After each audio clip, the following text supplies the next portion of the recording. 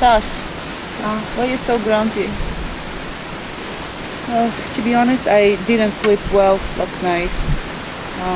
I couldn't fall asleep for a long time, and then the temperature was changing, either hot or too cold, and then thoughts were coming into my head. Yeah, I just wasn't feeling well. So yeah. I didn't sleep well either. I had crazy dreams and I felt tired as well. Okay. Yeah. Do you want to hear about my dream? Sure. I actually saw you in my dream last night.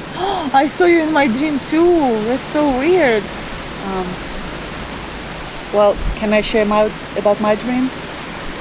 Sure. So, actually, in my dream, we went to this retreat center to do some inner work, and it was a month's program, and you were doing very well with your progress. And at that point, I needed some emotional support from you, and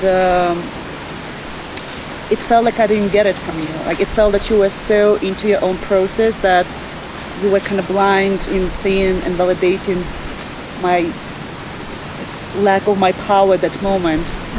So when I woke up, I felt that there is some imbalance in our dynamic, and that I might not be getting enough validation from you. Is that? Do you feel like the same thing happening in real life? What do you think? No, I think I always share with you what you share with me. Right, but that's not exactly validation. It almost feels when I'm sharing something, instead of validating my feelings and emotions, you take it right away onto you and start sharing what you're going through, possibly thinking that through that share you can show me that you relate to me. But in that moment of opening and sharing with you, I need you first to acknowledge what I'm going through, and I feel like there is some emotional imbalance between us. It's almost like there is a wall between us, and instead of just validating my feelings, you start talking about yourself. Just like what happened now, I start sharing about my dream, but you immediately took over. Do you know what I mean? To share and maybe something that might be connected to your past that makes you want this closeness with me. Sure. I mean, I'm a person who values a lot of deep connection with other women. Like, throughout my life, I've always had very close girlfriends with whom I'd share amazing, joyous, beautiful times and deep philosophical or deep emotional journeys, even as children. And this is something that I value a lot in my friends, this emotional closeness. Because yeah, it's fun to hang out when we are all in, pura vida, power on, full on mode. What does emotional closeness mean to you? It's an opportunity to come as I am to another human being and being seen and validated in that and fully received in that. But how does it look on the outside? What is what are the things that you want people to do? You want your girlfriend to show? Like, for instance, with you, what I've been missing is when I'm sharing something vulnerable, I think all I need at that moment is just for you, like, to hold my hand or to pat me on my head, like some even physical touch, something very dear, something that a very good, like, close family member would do. Like, I don't need to hear about how the possible ways to fix my experience, to get out of my experience, or being taken away from my experience straight to yours in order for us to relate to each other. In that moment of share, I just need really just hey, like, I'm sorry, having a rough day, just something like that. And that just allows me to feel that I'm fully received. Yeah, that you all I parts hear of myself. You, yeah, and you're fully received, and I see you. And a lot of people are different. Not everybody needs that physical closeness, but I'm the one who does need that.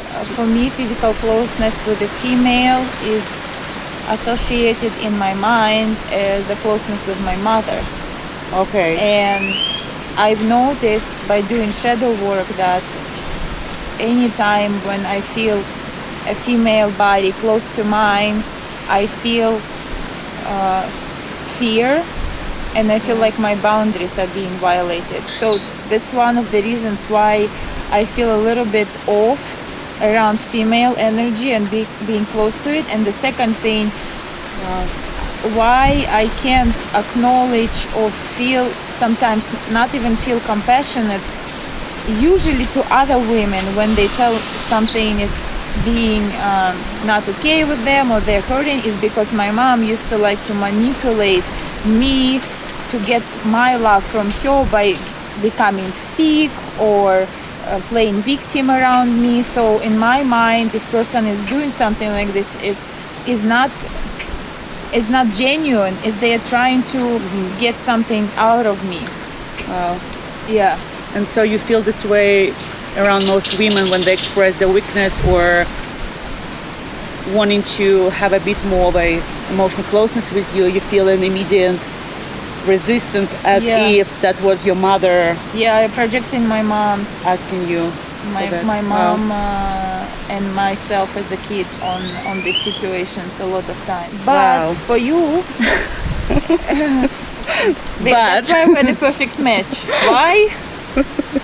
Because you need the closeness, and I'm afraid and of you're it. afraid of it. So this is the healing process between us, where two opposites meet, and we need to do our work. To do our shadow work, so that I learn to provide all the emotional support and validation of my own feelings to myself, and Yana can learn to be more open and compassionate for other women when they are going through some of the low moments in their life.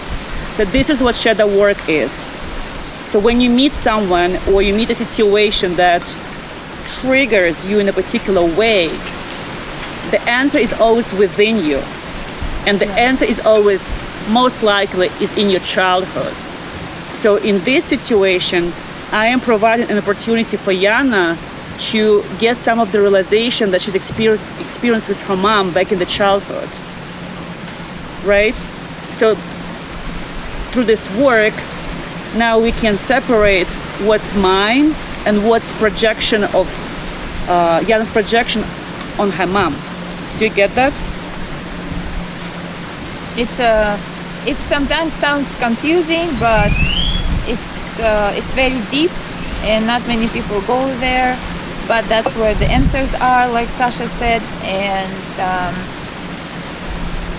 through knowing yourself, you can actually merge the realities of people instead of living in your own reality, projecting your own shit on other people.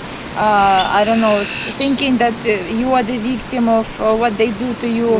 And if we do the work from the inside, it's kind of everybody is going to live in the same reality eventually. We're going to be whole, not only on the inside, like the whole consciousness is going to become more whole.